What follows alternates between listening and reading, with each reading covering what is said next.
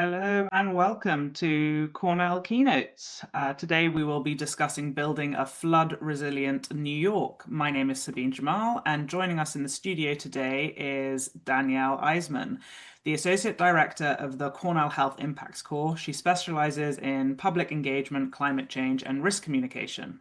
We also have Jess Coonan, a Hudson Estuary Resilience Specialist for New York Sea Grant. Her work focuses on coastal hazards and environmental change. We also have Kristen Heichke joining us, a research and outreach specialist at New York State's Water Resource Institute. There, she leads the Building Community Climate Resilience Program. Before we start, I just want to remind the audience that we will be taking questions, so please feel free to put them in the chat at any time. So Danielle, Jess, and Kristen, thanks so much for joining us. Thank We you. have Jess, let's start with you. Could you tell us a little bit about the MyCoast app? Yeah. So My Coast New York is a free app and website where New Yorkers can contribute and access photo reports of flooding, shoreline change, storm damage, and now litter from throughout the state. And the way it works is a community member uploads a photo, it generates a report page with a unique URL, and that puts the photo on a map. It displays information of the date and time that the photo was taken, and then it links it along with other information from the closest weather, river, tidal, or lake gauge to help provide context to the photo. And so the website functions as a searchable database. The program has been active for over 3 years, and we're approaching 3,000 photos from over 1,000 registered users from 33 counties across New York State. So the reason we're doing this is flood risk is increasing throughout New York. We are seeing heavier rainstorms, more intense, tropical storms if you're on the eastern side of the state. And so we really felt this tool could be a great way to start documenting these changes that we're seeing. And the origins of the program really began in New York City around 2018. We had a New York Sea Grant specialist working in Jamaica Bay with communities that were experiencing regular tidal flooding. And they were taking photos, they were posting it to social media. And so she started collecting these photos and putting them into a database onto a map, and that evolved into the Community Flood Watch program.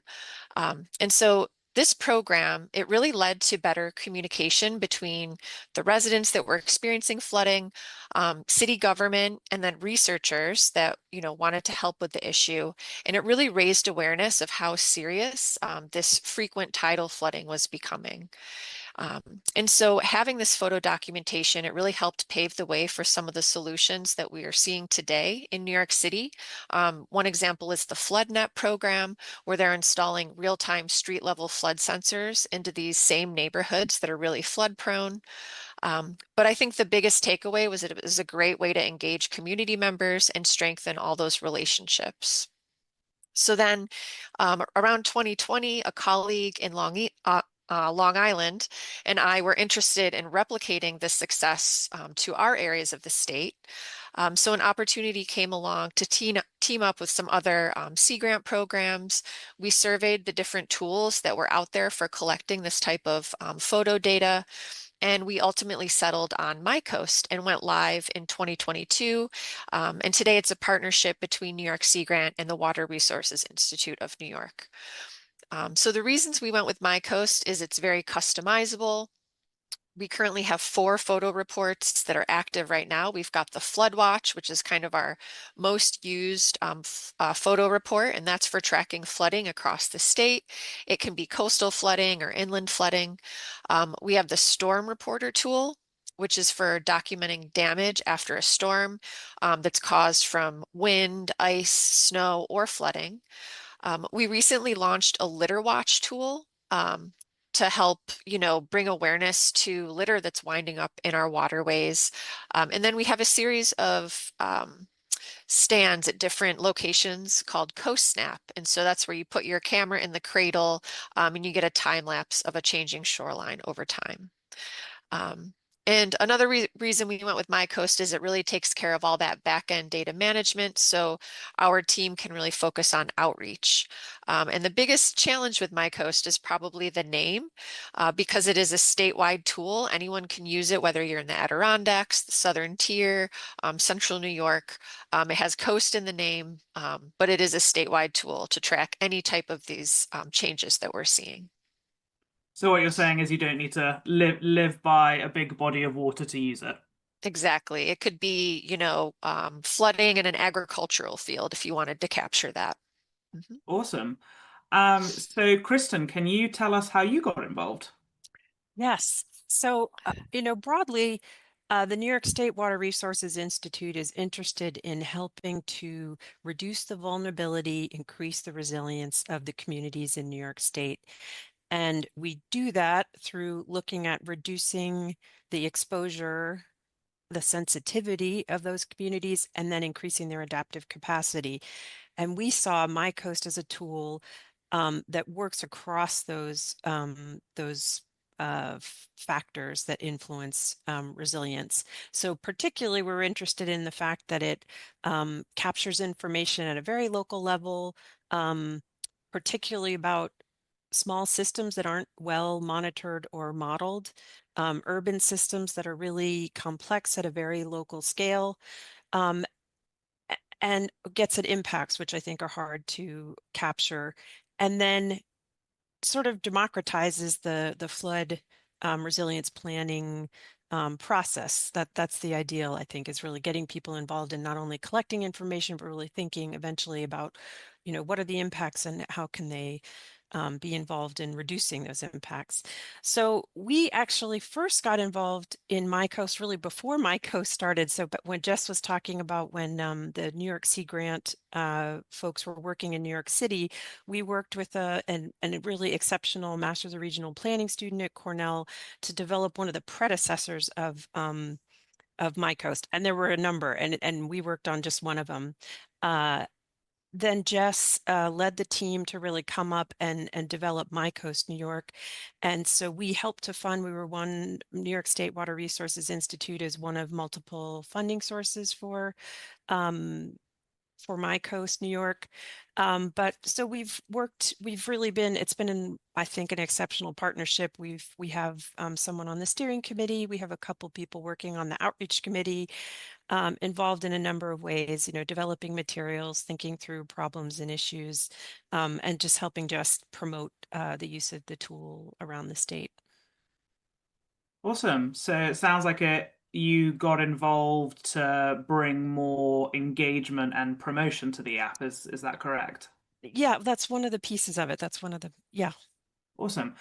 So I think something that would be really interesting for our audience to hear about, that builds a bit on what Jess was saying is, can you talk us through a use case example? I'm happy to.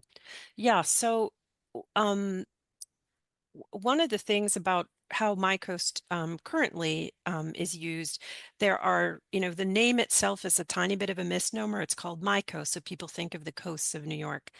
But it's actually useful anywhere in New York State where flooding occurs, which is everywhere. So excuse me, right now there is a bit of a bias towards data being collected along the coast, Long Island, Hudson, and now a little bit on the Great Lakes coast, which is terrific. But we've been trying to promote its use inland as well. And so one of the cases we've been focused on Tompkins County, which is where Cornell sits, and we uh, we were trying to get the tool to be used in Tompkins County ahead of some flood resilience planning, actually the hazard mitigation plan update process. And so we did a bunch of outreach around trying to get an uptick in the use of MyCoast in our county. So we did a number of things. I worked with a handful of students, 3 students, to try to target the general public. So we did things like booths at Ithaca Fest, Reggae Fest. And then we did more targeted trainings and outreach presentations to municipal audiences. So our idea was that in municipal audiences are really the frontline people often dealing with these issues, the people who deal with roads, the people who deal with, emergency managers. They're seeing these higher intensity, more frequent storms, and they're trying to deal with it. So we reached out to them. We also worked on incorporating historic photos into MyCoast. So working with a local history center and pulling from newspapers, we added some historic photos for context.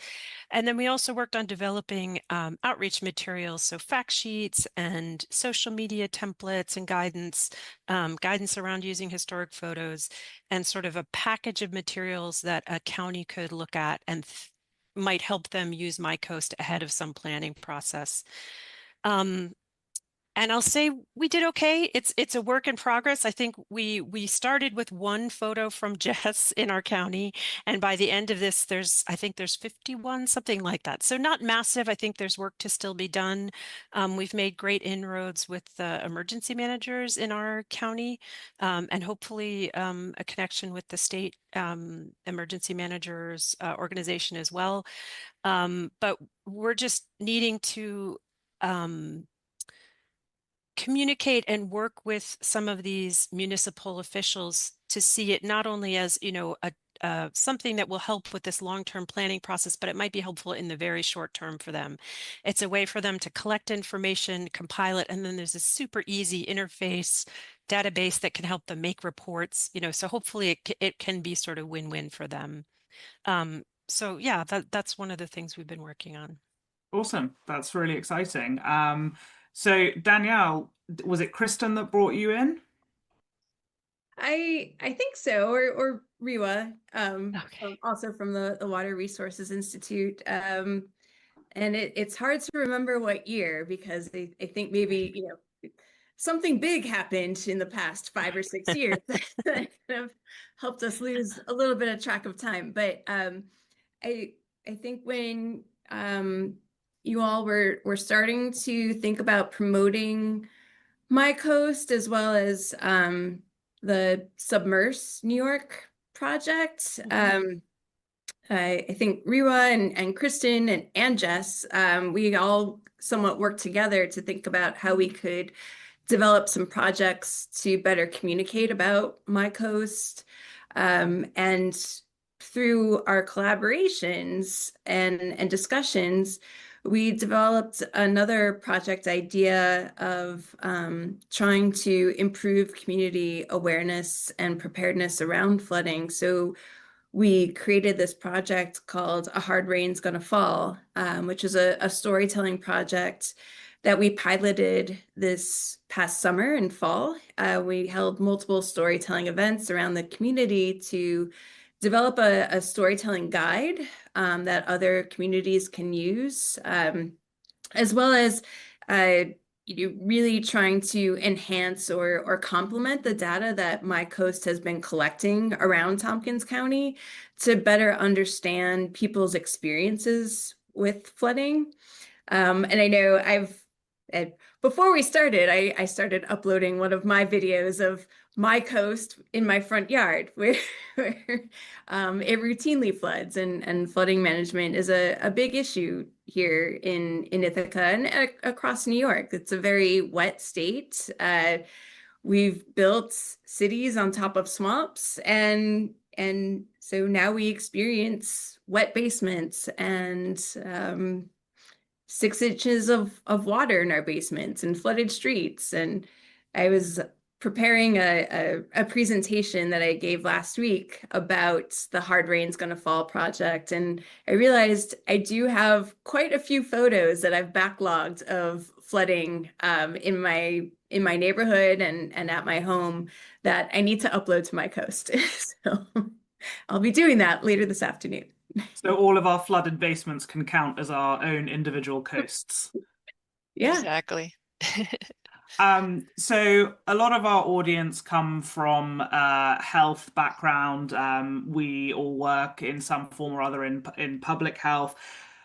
how is my coast and flooding related to health? Like, what are the risks we've got seeing with these increasing floods? Danielle, I'll ask you that one first. I figured.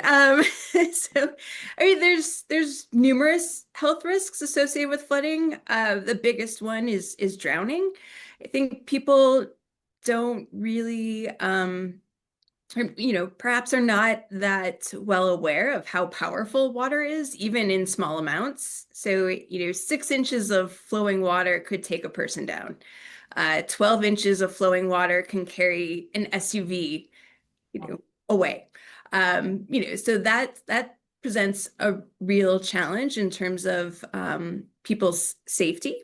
And then, there's also in floodwaters, there's lots of debris, there's chemicals. You don't know if there's downed power lines. So there's all kinds of risks associated with floodwaters.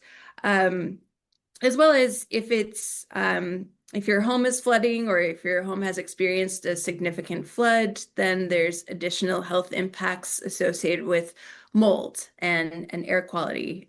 So there's a lot of risks associated with that I don't think a lot of people are aware of.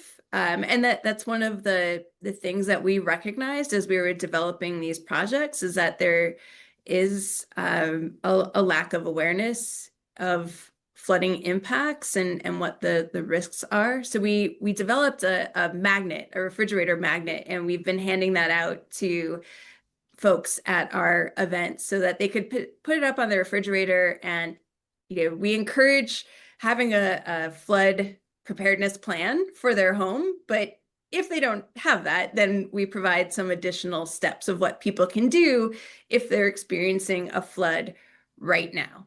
And we make that downloadable too. So in the I think in the link shared of community resources, there's the magnet that people can print out themselves if they like, and stick it up on their fridge. Awesome. That sounds like a really great kind of quick reference guide to keep people safe.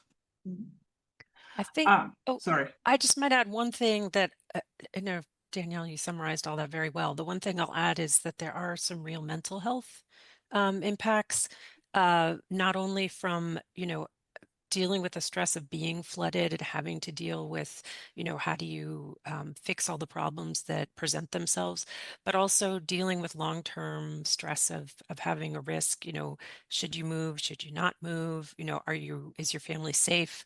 Are your loved ones safe? Is your dog safe? Are your cherished things in your home safe? So there's a lot of, and then also I will say we did a lot, again, in Tompkins County, they just updated the FEMA flood maps, and they've expanded the floodplain, and a lot more people are in the designated flood areas. Brings up all those mental health issues and the stress around increased cost of insurance. So if you have a federally backed mortgage and you're in a designated flood hazard area, then you need to have flood insurance. So we met a lot of people that are dealing with the stress around that. So it's there are a lot of it's very real. I think that some of the mental health issues around flooding are very real. And I'll also say we deal a lot with municipalities and the people who have to the municipal officials who have to deal with flooding, have to deal with, keeping roads open, keeping people safe. It's a hard job, and they're having to deal with it more and more frequently. Thank you, Kristen, for highlighting that. I think that's a really important and perhaps often forgotten about aspect, all the stresses associated with this.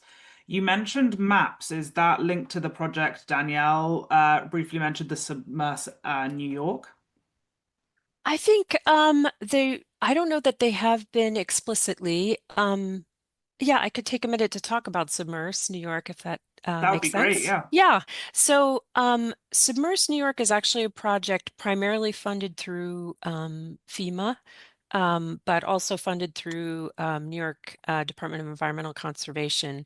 And basically, it's a project led by a woman in our at the Water Resources Institute, but with lots of partners, particularly at Sea Grant, where we're trying to communicate flood risk and resilience to the public in public spaces through creative means, so often through art. And it's hopefully some of you all have seen those kinds of things in different places where you live, but it might be as simple as painting projected sea level rise heights onto a lamppost. It may be more complicated. It may involve theater or in one case, I'll say we funded a mini golf course that incorporated issues around flooding on the Hudson.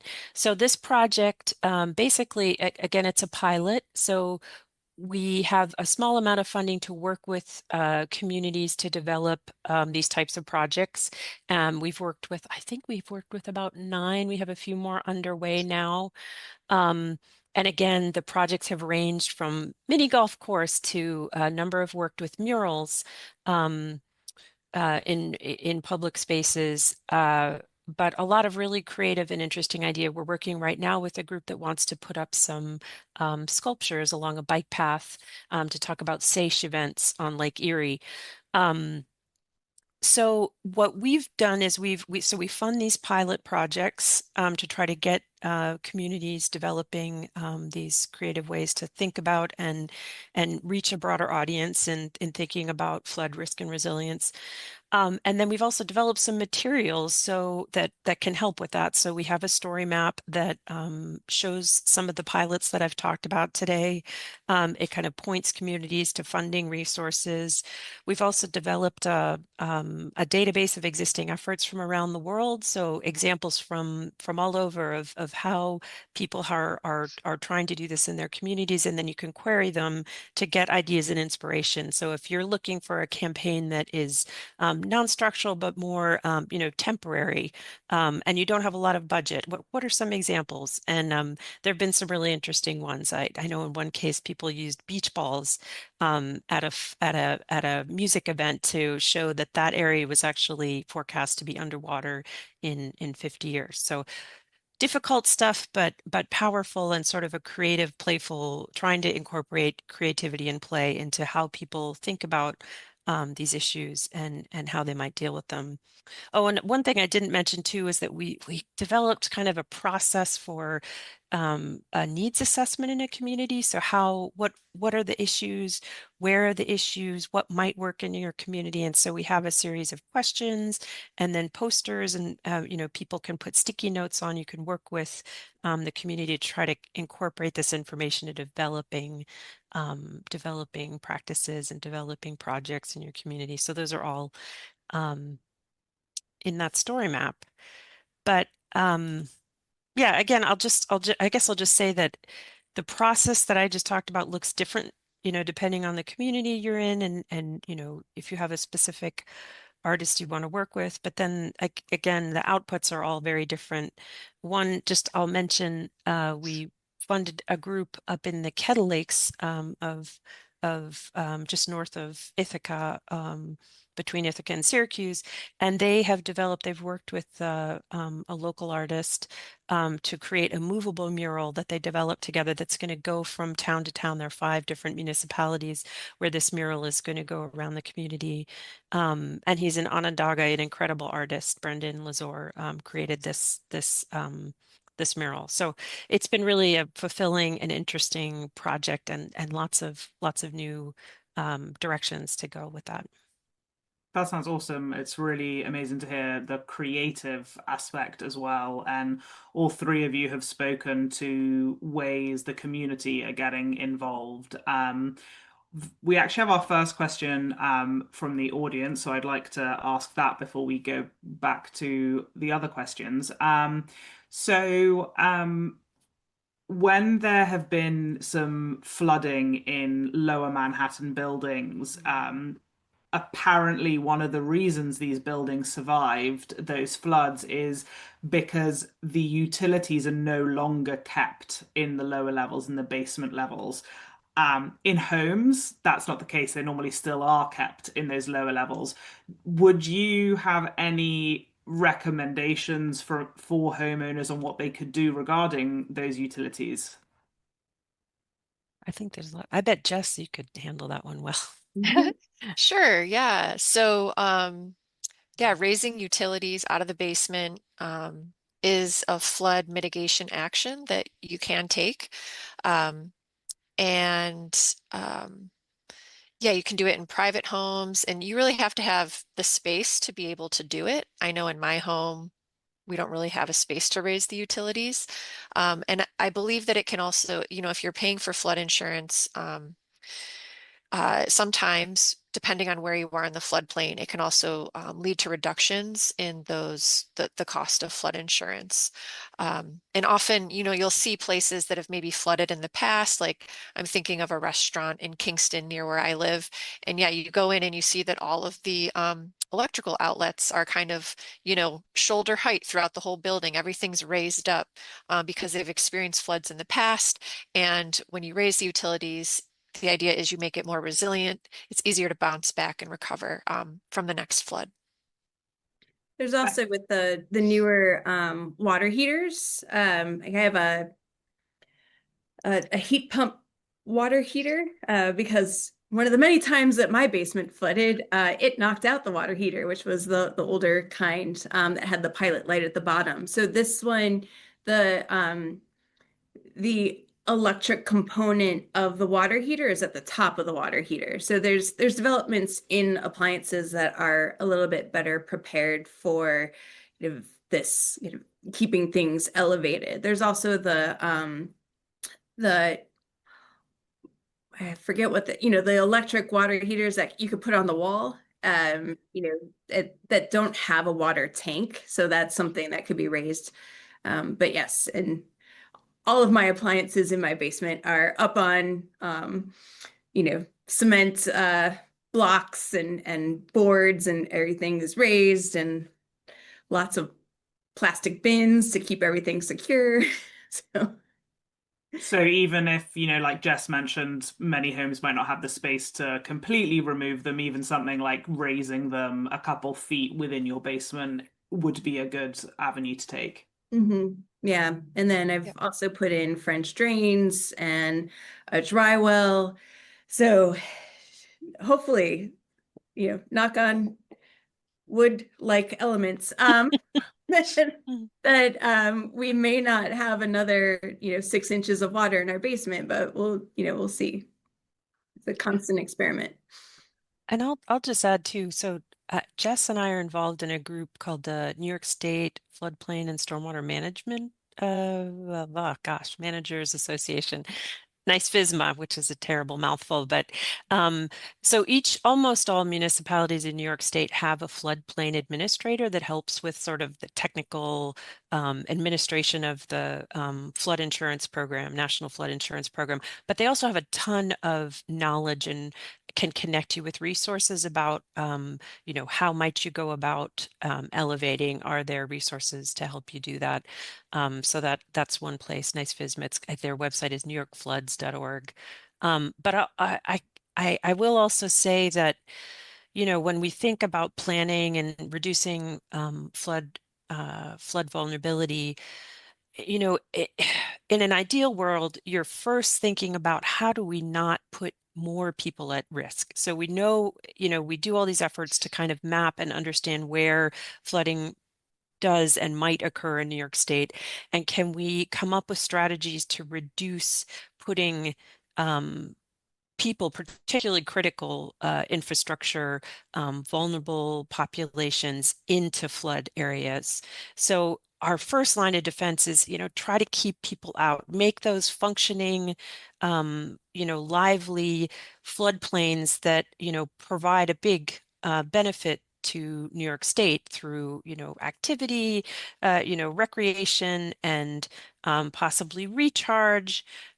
So we put a lot of efforts into that. But as the person who commented here, we are an old state, and we have a lot of existing communities, resources that are in these flood zones. And so, yeah, it's a struggle to decide, what can we do to help these people, help these critical infrastructure elements to really still function if they're in the floodplain. Thank you. Thank you, George, for that question. It's brought up an interesting conversation about not only what we should do with new infrastructure, but pre-existing one, which to me makes me think about a project you briefly mentioned, Danielle, your Hard Rain guide, because that's based on storytelling and sharing within a community. Can you tell us a little bit more about it? Yeah, we wanted to capture people's experiences with flooding and hard rain to try and give a more complete picture than what we see in data alone. If we think about the traditional hazard mitigation process, and I'm only familiar with the process in New York State, so I'm not sure about other states, but typically a municipality or a county government will hire a consultant to pull existing data, largely from FEMA, and develop a plan to try and address what that data shows. But what we've learned through ongoing research is that FEMA flood maps are often delayed in terms of what's happening with flooding in real time. And data, again, doesn't really capture people's experiences with flooding. It doesn't capture some of those unique floodings like sunny day flooding, which I'm sure Kristen can share more about. So we wanted to find a way to better understand people's experiences with flooding, and find a method of informing policymakers about that was outside the traditional process of submitting public comments on a new hazard mitigation plan.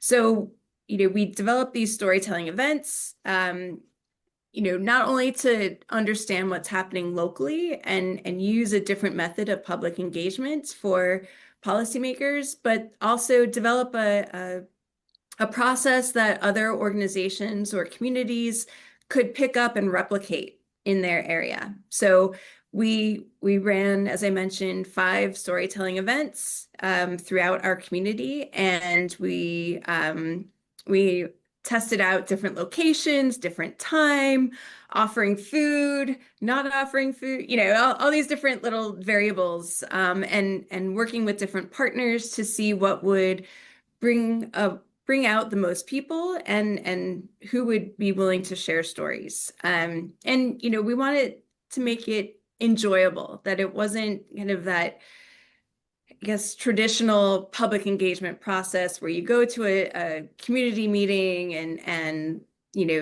there's always very real concerns expressed there in those meetings, but it's not perhaps always the most engaging way to understand what's happening.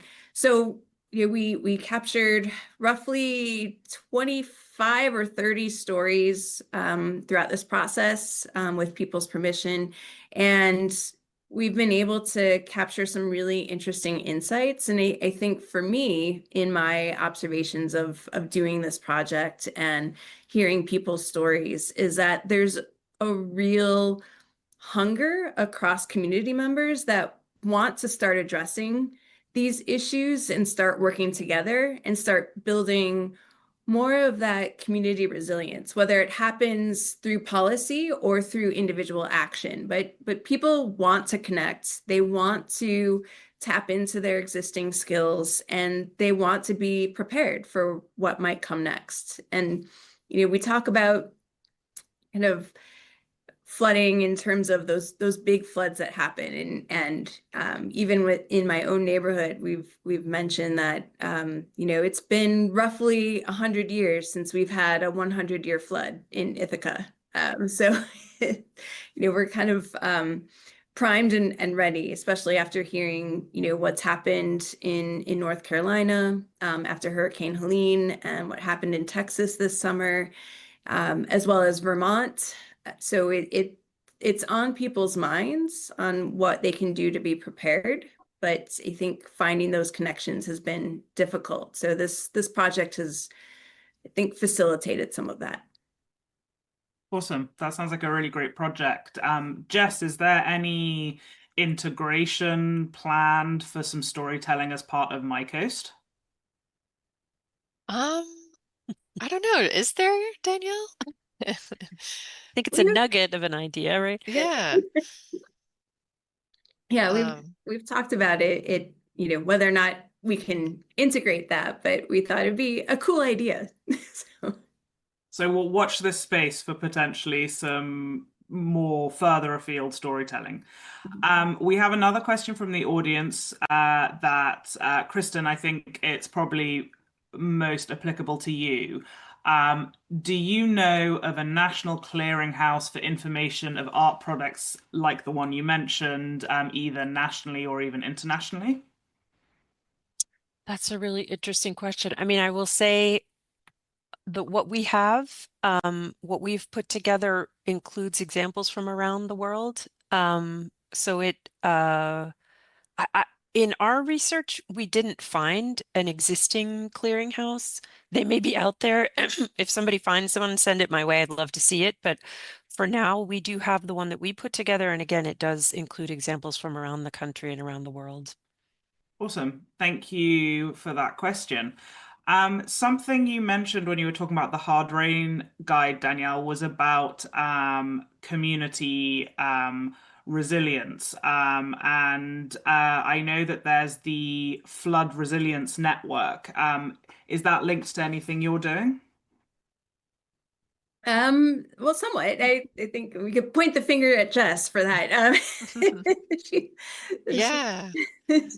Yeah, I can give an overview of the Flood Resilience Network and That'd how be we fantastic. how we looped Danielle in. So I'm in the Hudson Valley, and one of my projects is I help co-facilitate this wonderful network with in partnership with the Hudson River Watershed Alliance and the Estuary Program in New York State Water Resources Institute.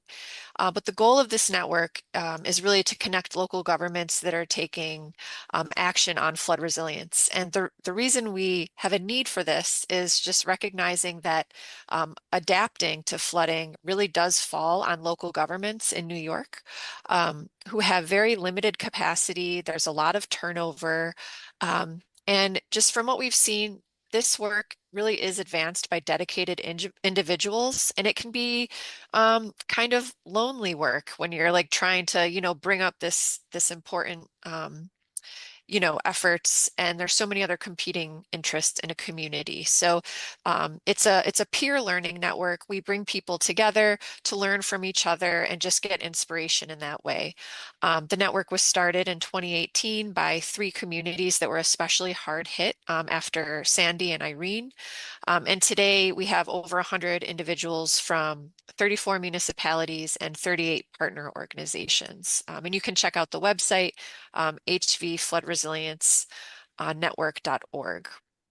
So a big topic that was coming up was a lot of the municipalities, the local leaders in the network were having trouble communicating during a flood emergency. We have the National Weather Service communicates to county emergency managers, and the municipalities get their information from them. But then there's this point where at the municipal level where they have to have a plan with internal staff, and they also have to have a plan to communicate externally to residents.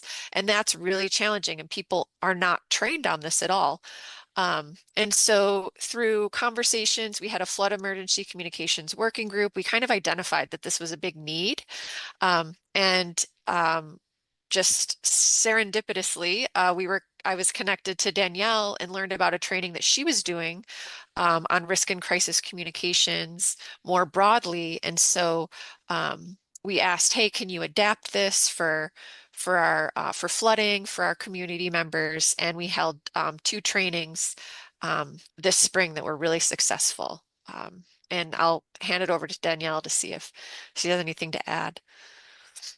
Yeah, we'd love to hear a bit more about those trainings, Danielle. yeah, I think they were, as Jess said, they were really successful.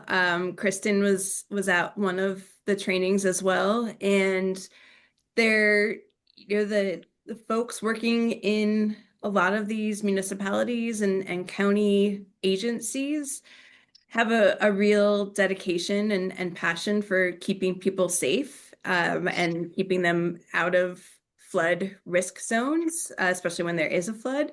So it was a rewarding experience to be able to share my knowledge in risk and crisis communication and work with them throughout the two training events and really help them develop some ideas on what and how to communicate if and when there is a flood. That And sounds awesome. I might just add too, I think it was a really, you know, people here who we work in outreach, you're always trying to, you may have an idea, but you need to connect with the right audience.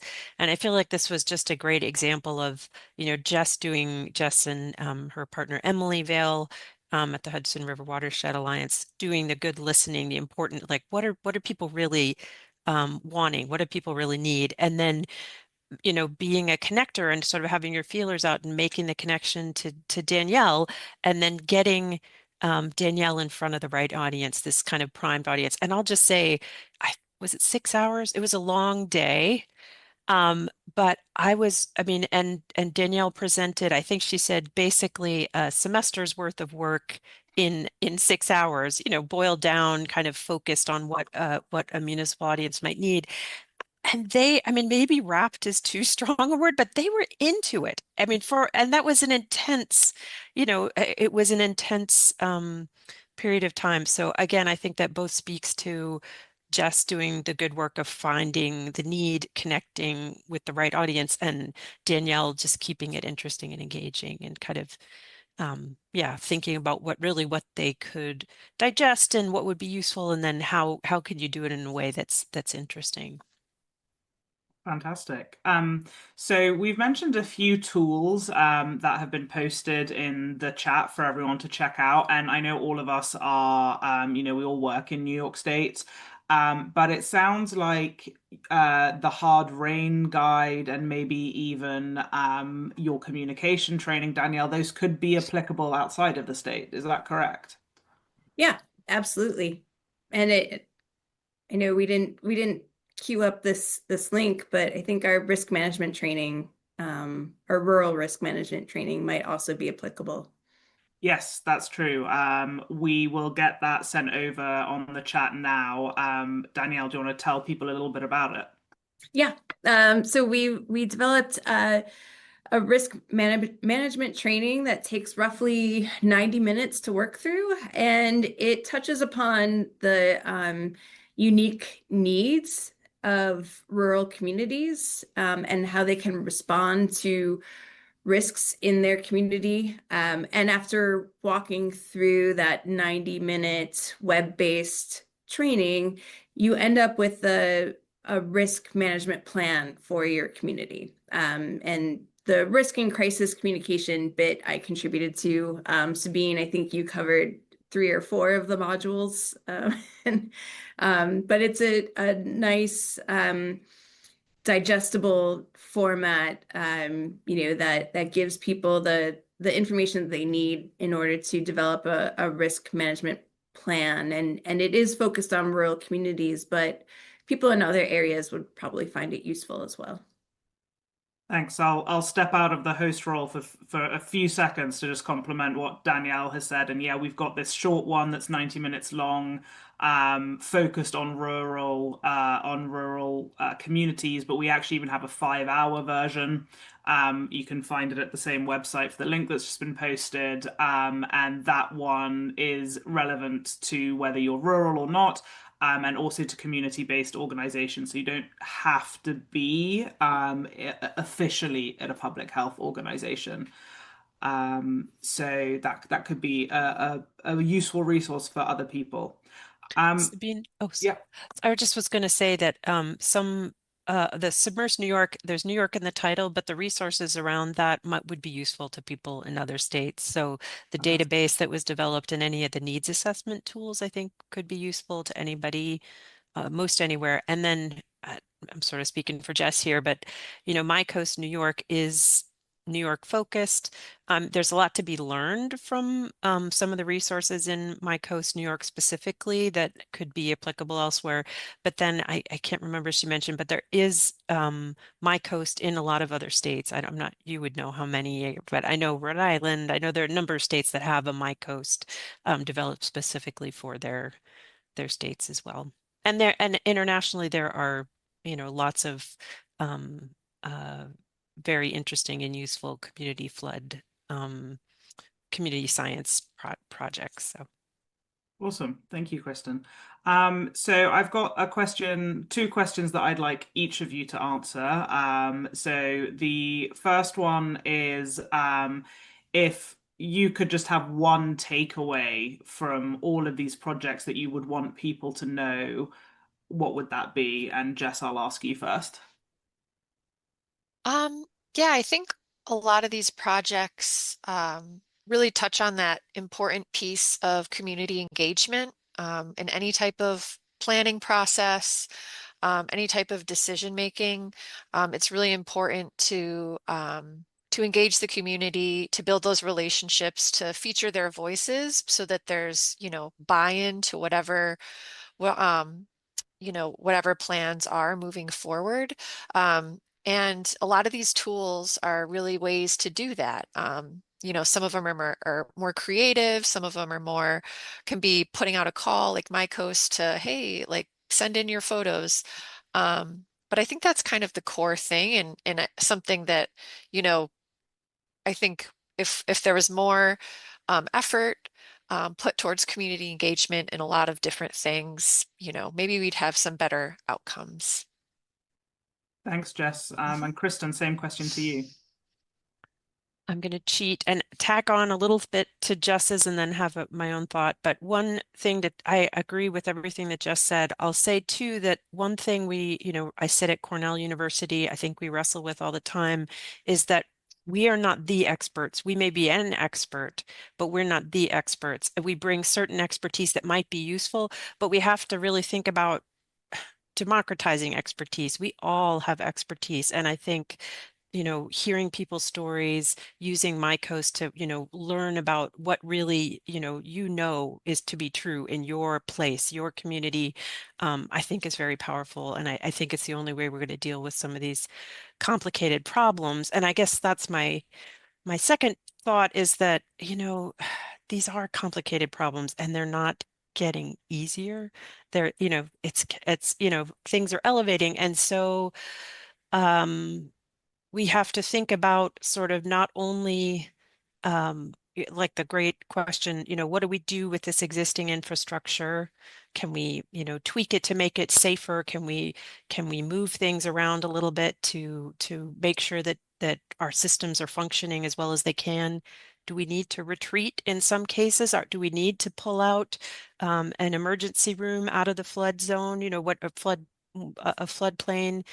It's a very difficult conversation. And then can we avoid putting people and structures at risk in the first place? And I think thinking about all of this in the context of those things and using, democratized voices, democratized expertise, and creative ways of thinking and expressing ourselves and listening to each other.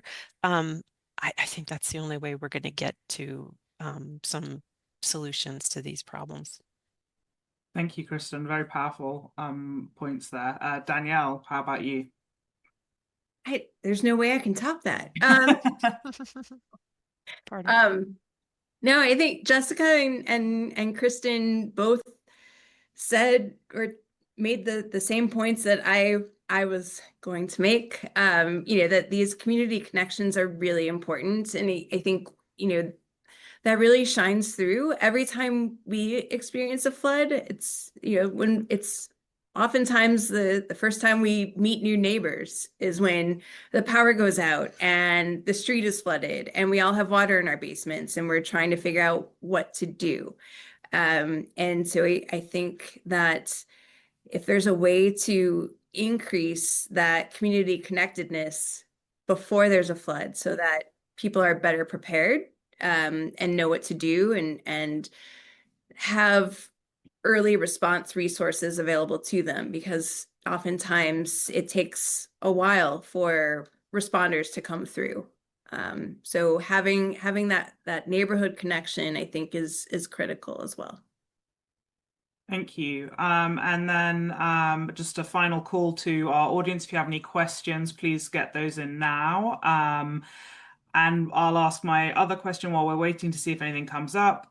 Any future plans for these projects upcoming that you'd like to tell our audience about? Anything to share? Any future ideas? I think we talked about doing more flood risk communication trainings. And then we will be talking about the Hard Rain Project at a couple of different conferences in 2026. I'm in the process of analyzing the stories now, and we plan to develop some policy briefs for municipal, county, and state policymakers to help them understand people's experiences with flooding, and as well as recommendations on what could be done to improve that public engagement process. I think that's it on my end. Great. Kristen and Jess, anything to add to Danielle's exciting updates? Jess, you want to go first? Sure, yeah. I think, I mean, we'll just keep chugging along with My Coast and the Flood Resilience Network. I really look forward to figuring out ways to bring some of like the Hard Rain project to the Hudson Valley. And I'll just note that My Coast, it started as a pilot, but it's going to be around for the next 5 years. So for people that want to invest some time in it, it's not going to go away anytime soon. And so I just look forward to seeing how the database grows and collecting more stories of people that have successfully, used it to advocate for what they need, or have integrated it into their processes, whether it's emergency management or grant writing or planning, that type of thing. Awesome. Some exciting developments all around, it sounds like. Yeah. Kristen, sorry, I didn't Oh mean to cut you no, off that's there. okay. We're almost at the end here. I guess I'll just briefly say, following up on the kind of county level work we were doing, I think we're still putting together a way to communicate to municipalities, like here is a story, here are some tools, here's a way that this My Coast might be really useful to you in a planning effort. And I think we're working with Jess, we're kind of moving in that direction, but I think we've got some outreach we're developing right now that might be useful to that end. And there's some really fun Submerse New York projects that are developing too. One around communicating, hopefully this will happen, one around communicating river public access to the Hudson in light of sea level rise and what impact sea level rise might have on river access sites. So that's a fun one. But I'm excited to keep working with these two as well. It's always fun to work with you guys. For sure. Thank you so much. Thank you so much to everyone in the audience for joining us today, and to our three wonderful panelists. It was really a thought-provoking and engaging discussion, and I really appreciate you guys being here today. Thanks so much, Yeah. Sabine. Thank you. That was fun.